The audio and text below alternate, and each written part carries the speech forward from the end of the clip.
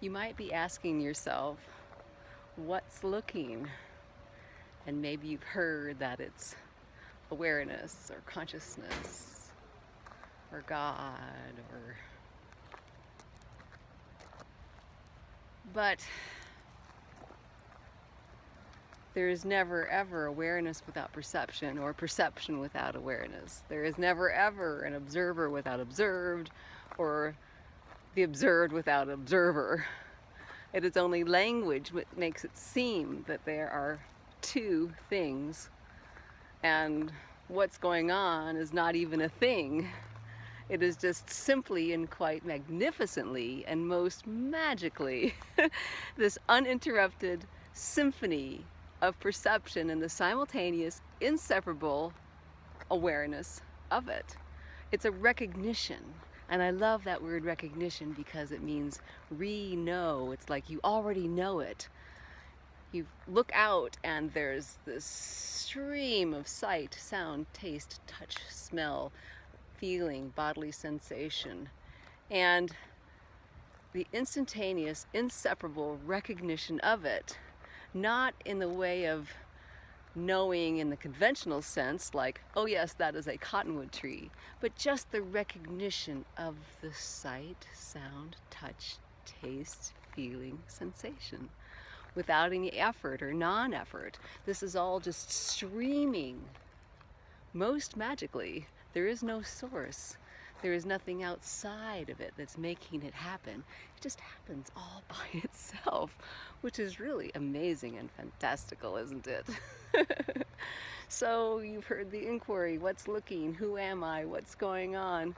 Well, what's going on is utterly obvious, always. You can't turn away from it. You turn away and there it is, going on still. It never stops, does it?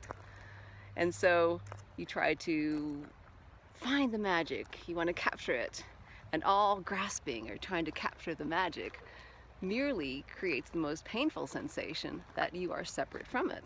How could you be separate from what's going on? You never have been separate from what's going on. It is only words, this streaming dream of separation that's created by shared learned words used by the brain to describe what's going on, which makes it seem like there are separate mountains and clouds and sky and trees and yellow leaves changing, separate moments. But in reality, what's going on has no separation. And yet, the dream of separation is fantastical because it does create an imaginary me who can talk to an imaginary you.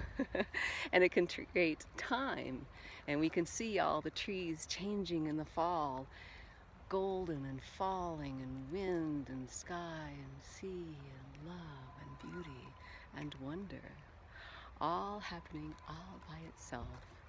Life simply happens all by itself and looks and feels like anything at all. And knowing that it happens all by itself and feeling like it happens all by itself is most, most marvelous. We exist only as this streaming dream of separation. We're not separate from it. Outside of the dream, well, there is no outside of the dream. There is no outside or inside, because all two-ness, all this and that, is all made up. It's all dream stuff. So if you're longing to escape the dream, well then that's what's going on, happening all by itself. And if you're longing to find out what's looking, well then that's what's looking, all by itself. You are not the doer, you're not the thinker. There is no thinker, there is no doer. There is no separate person to whom life is happening, and there is no separate person doing life. Life just happens all by itself. This is it, Coyote, and it's wondrous.